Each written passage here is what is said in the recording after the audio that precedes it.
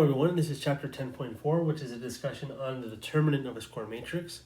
So given any square matrix, a determinant of that matrix is just a number that's assigned to the matrix by a specific combination of the entries of that matrix. So really what the determinant does for us is it gives us a number that's associated with a matrix. So we're not getting a matrix from taking the determinant of a matrix, we get an actual number, a scalar basically.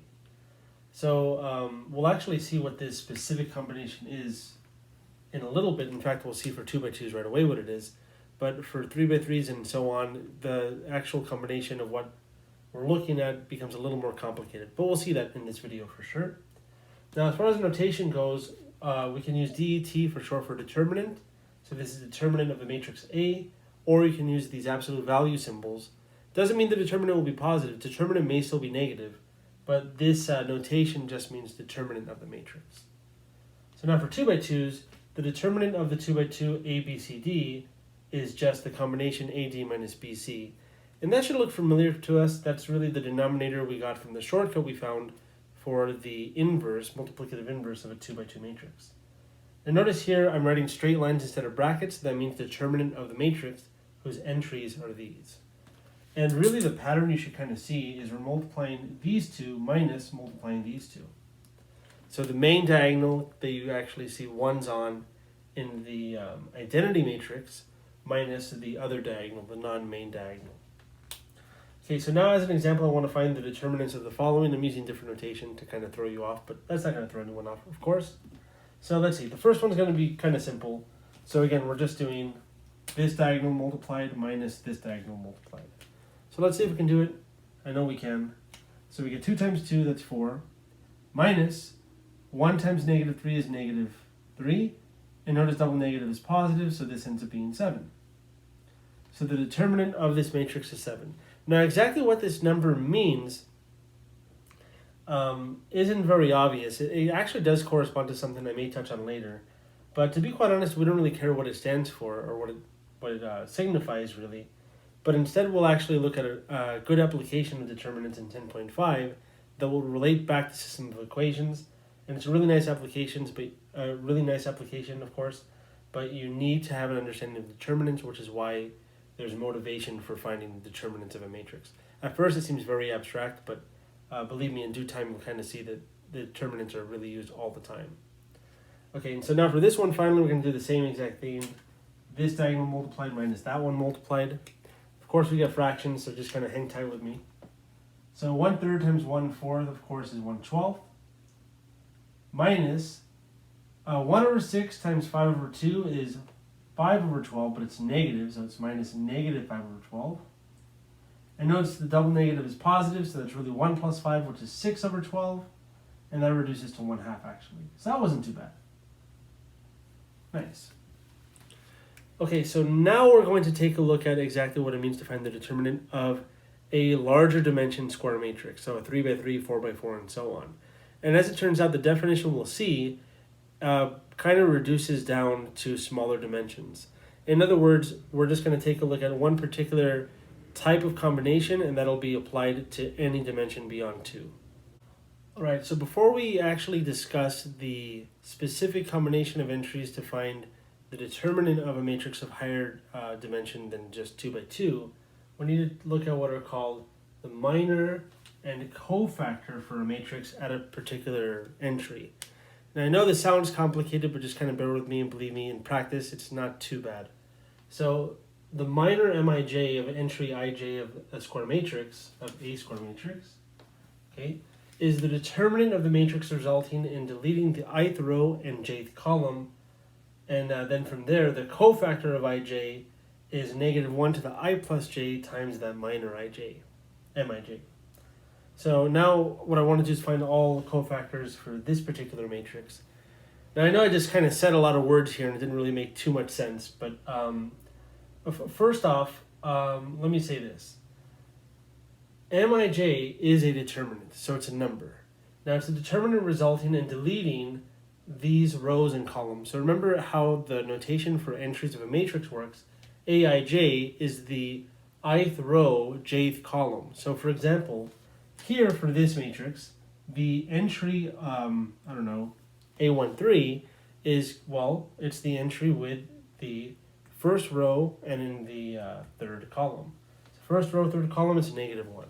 So A3 in this case is -1.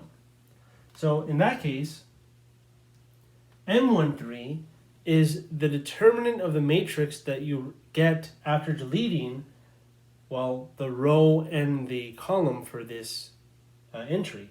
So I'm looking really here at -1, and if you delete the row and delete the column, what you have left over is this matrix here, 0, 1, 1. So really M13 is the minor 0, 1, 1, 1. So the determinant of that, which is of course 0 minus 1, which is -1.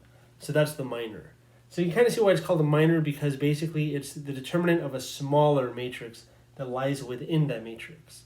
So it's kind of reducing a 3 by 3 to a 2 by 2 kind of. So that's what a minor is. Now what's cofactor? What's this business behind -1 to the I plus j? If you want to think about that for a while, you actually can. It's not too bad. So notice -1 in this case to the 1 plus 3 is -1 to the 4th. -1 to any even power is positive. -1 to any odd power is -1. So +1 or -1. So in this case, the cofactor will just be this, because this would correspond to a positive sign. And actually, I have a better way of handling this sign part. So notice the cofactor is really just a sign change of the minor. Possible sign change. So really, this is just the either a plus or minus, depending on the location of the entry. And here's how you actually find it. So this is kind of like a sign map for cofactors. So the idea is you start with plus, and then you alternate everywhere. So it's minus, plus, minus, minus, plus, minus, plus, minus, plus, minus, plus, plus, minus, minus, plus. So really we have positive in the main diagonal, and then we have just alternations of signs everywhere else.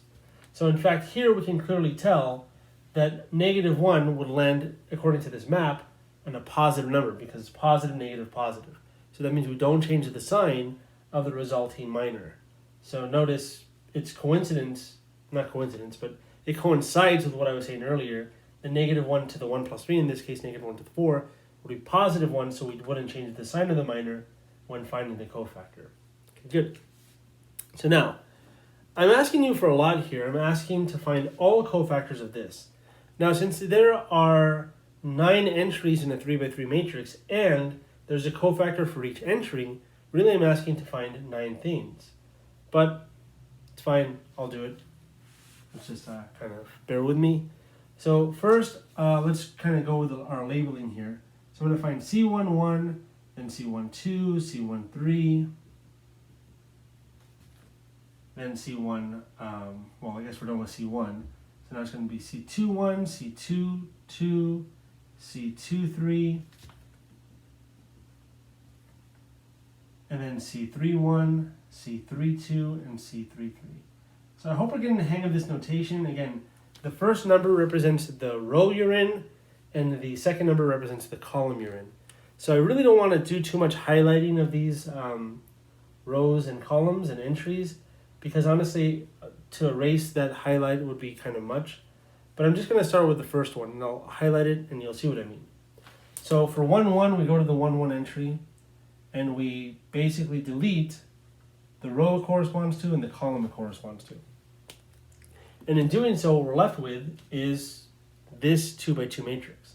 Take its determinant, and do we need to change its sign? No, because the entry we're taking this cofactor of is positive, not negative. So no sign change.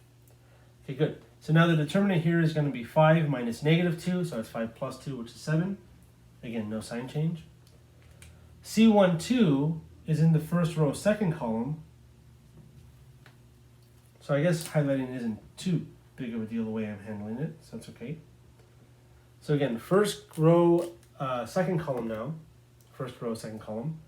And here this will end in negative, so that means we need to change the sign. And notice if you delete this column and this row and this column, this row and this column, what we're left with is the matrix 0, 1, negative 2, 5.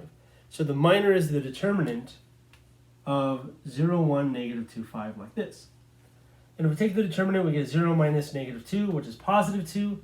But since it lands in a negative spot on the sign map, we have to change the sign. So it's actually negative 2 now, which is kind of funny because it's like a triple negative. Okay, good. So now let's move on to the next one. So now on to 1, 3. That's this guy.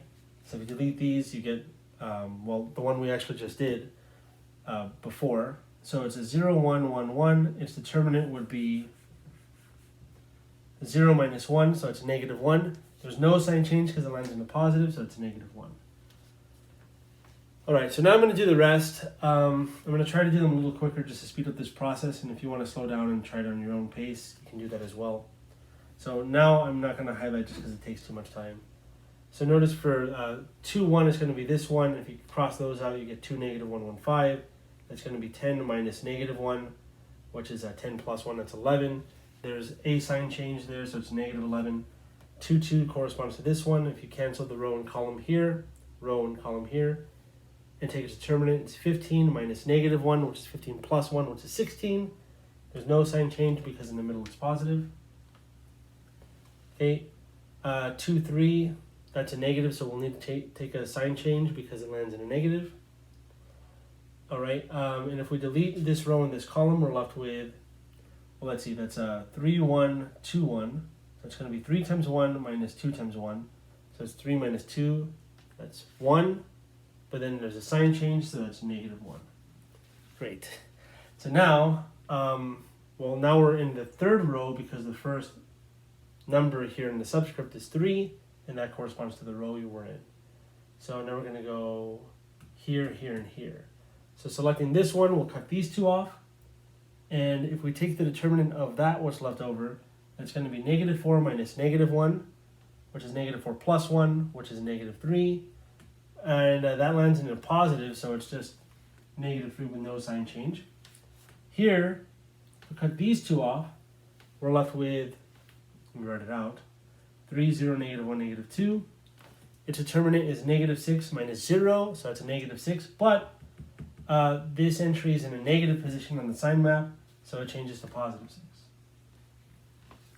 And now finally 3, 3, if we cut those two off, we're left with 3, 2, 0, 1. The determinant clearly there is 3 minus 0, which is 3, and there's no sign change because we're in a positive, so it's just 3. Whew, nice. So we found all of the cofactors, which was probably a little ambitious. But now with that practice, we'll actually be able to, I think, better handle what I'm about to show you with the actual definition for determinant of dimension higher than 2. Right, so now here finally is what we've been waiting for, the determinant of dimension 2 by 2 or higher. So I say here if A is a square matrix of dimension 2 by 2 or higher, or greater, however you want to say it, then the determinant of A is the sum of the entries in a row or a column of A multiplied by their respective cofactors. So cofactors get into the mix here quite a bit. We have to basically pick either any row or any column, and we so-called expand about that row or column. So for instance, here, I have this example here. I'm going to do this a few different ways. So I'll pick the first row. First column. I'll pick the first column. So to pick the first column, I'm going to expand about the first column, and I'm going to multiply each of these entries by their corresponding cofactors. And that's going to be the determinant. So 3, for instance, the first entry, if you cover the row and column of 3, the cofactor you get is the determinant of this multiplied by positive, because you remember the sign map, it's positive, negative, positive. Okay, good. So it's 3 times the determinant of negative 1, 2, 4, negative 1, minus 2, because we have to alternate the signs, because remember the sign map, plus, minus, plus, times the determinant when you cover the column and row for 2, you get left over with 0, 1, 4, negative 1 for the minor. Okay, and then finally plus 3, because here there's no sign change because of the sign map. And we get 0, 1, negative 1, 2.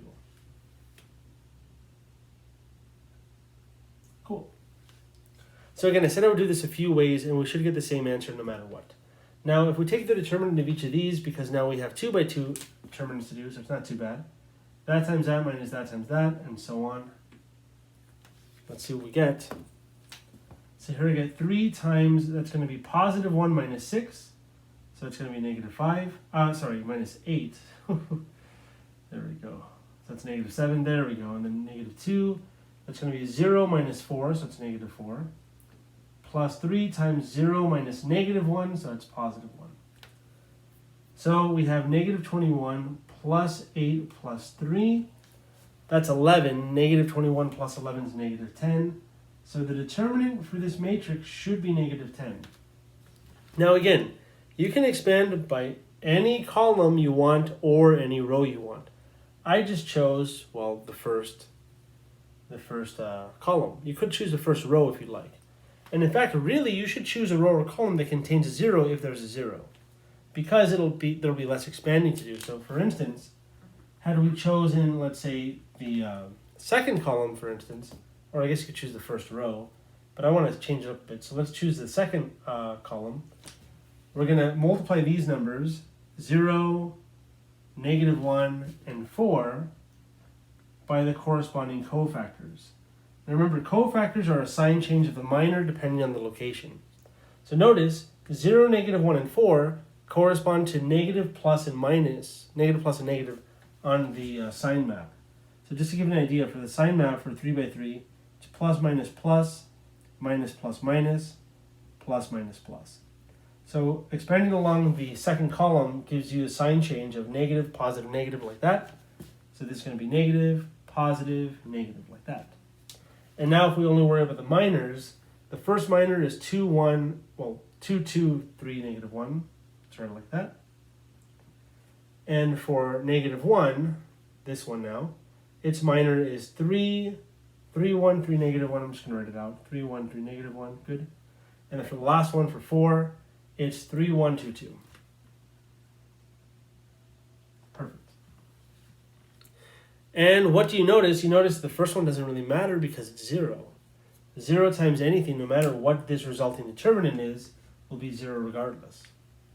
Here we have to do these determinants and then multiply. Hopefully we get negative 10, or else everything I'm saying is a lie. But let's see, we get negative 1 times, that's going to be negative 3 minus 3. So that's going to be negative 6. Let me just make sure. Right there, negative 3 minus 3, that's negative 6. Okay, and then minus 4 times, that's going to be 6 minus 2. So it's 6 minus 2 is 4. Right? 6 minus 2, good. So this is positive 6 minus 16, and look at that, it's indeed negative 10. It's the same answer we got over there. Great. Now, well, this is really it for 10.4. But again, if you want to try expanding upon any row or any column, you can do so yourself. It's good practice. And I guess we'll just do it.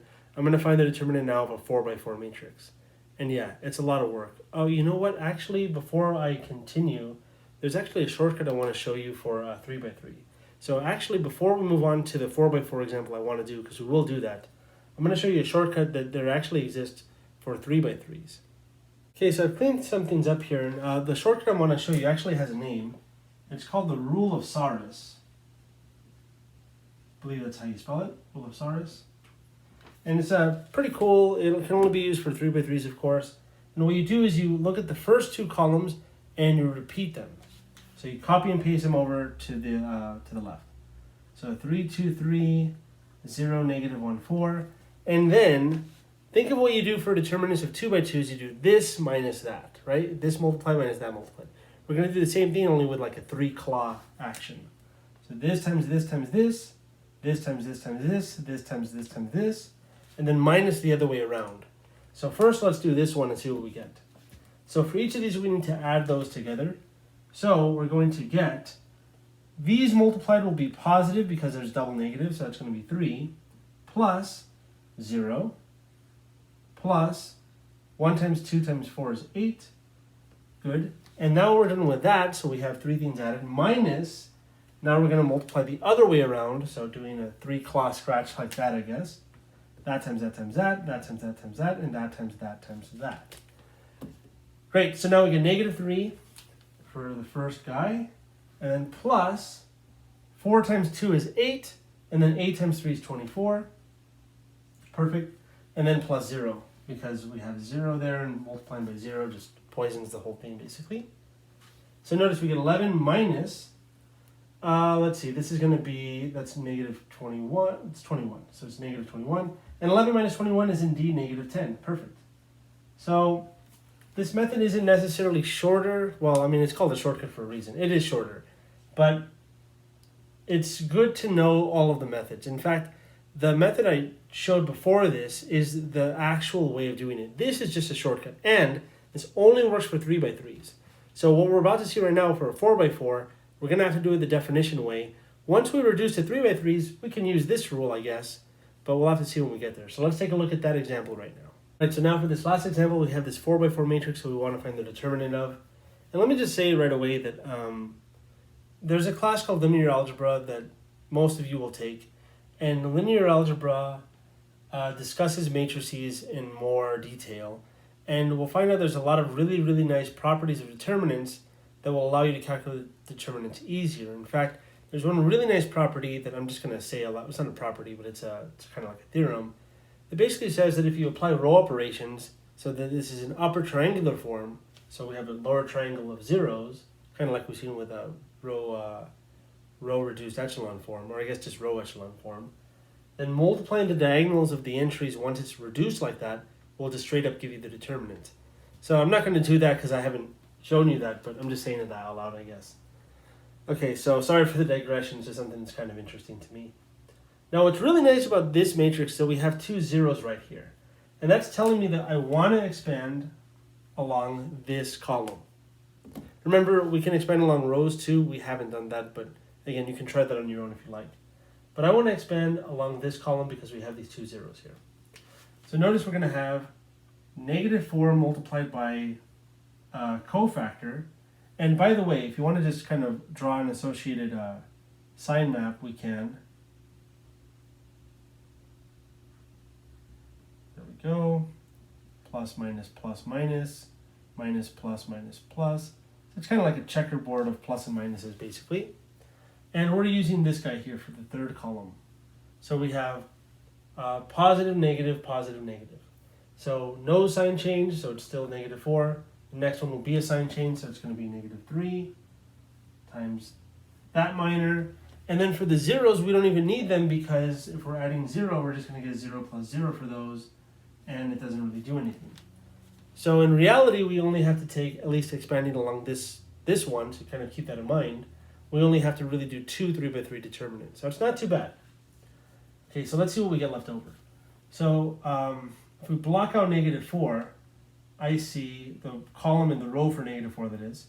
I see 2, negative 2, 6, 1, 5, 1, and 3, 1, negative 5 surviving. For 3, if we remove this column with 3 and this row for 3, we're left with 2, 6, 2. Okay.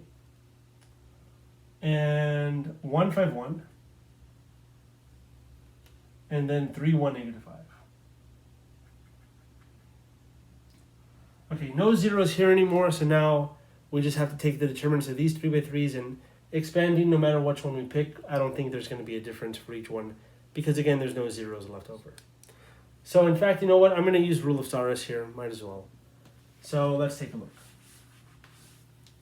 So, for the first one, we have 2, negative 2, 6, 1, 5, 1, 3, 1, negative 5. And remember how the rule works. We repeat the first 2 columns. So we have 2, 1, 3, negative 2, 5, 1. And we're going to multiply the diagonals like this. So let's see what we get here. That's going to be negative 50. And that's going to be negative 6. That's going to be plus 6. So these cancel out. That's nice. Minus the other way around. That times that times that. That times that times that. Here, notice they're all positive. So here we're going to get 3 times 5 is 15 times 6. I guess that's 19, but a better way of thinking of it, I think, is 5 times 6 is 30, and 30 times 3 is 90. I don't know why I said 19, I meant to say 90. Here, 1 times 1 times 2 is 2. And then here, double negative is positive, and it's 10. Great. So we end up with negative 50 minus, that's going to be 102. So it's negative 152. So this number here is negative 152. Great. All right, so the number is kind of large. Let's take a look at the next one here. So I got 262, 151, 31, negative 5. So again, rule of Saurus, repeat the first two columns. So I got 213, 651. We're going to multiply like this. See what we get. We're going to get negative 50 again. That's 18 now. That's 2. So notice these two combine to 20. So 20 minus 50 is negative 30. And then minus, let's see what we get here. That's going to be 10 times 3, so that's 30, 2, and negative 30. So let's see here. 30, 2, and negative 30. That's kind of nice, the 30s cancel out. Let me just make sure we're right. Okay, it looks good. So this is really just negative 30 minus 2. So this right here is going to be negative 32. Great. So as it turns out, this number looks like it's going to be kind of large. And by the way, there is a way to use your TI-83 or any other not scientific, but graphing calculator if you have one, to compute the determinant of a matrix so long as you have a matrix function. You would just edit a matrix, create this 4x4, go over to operations under matrix, under the matrix menu.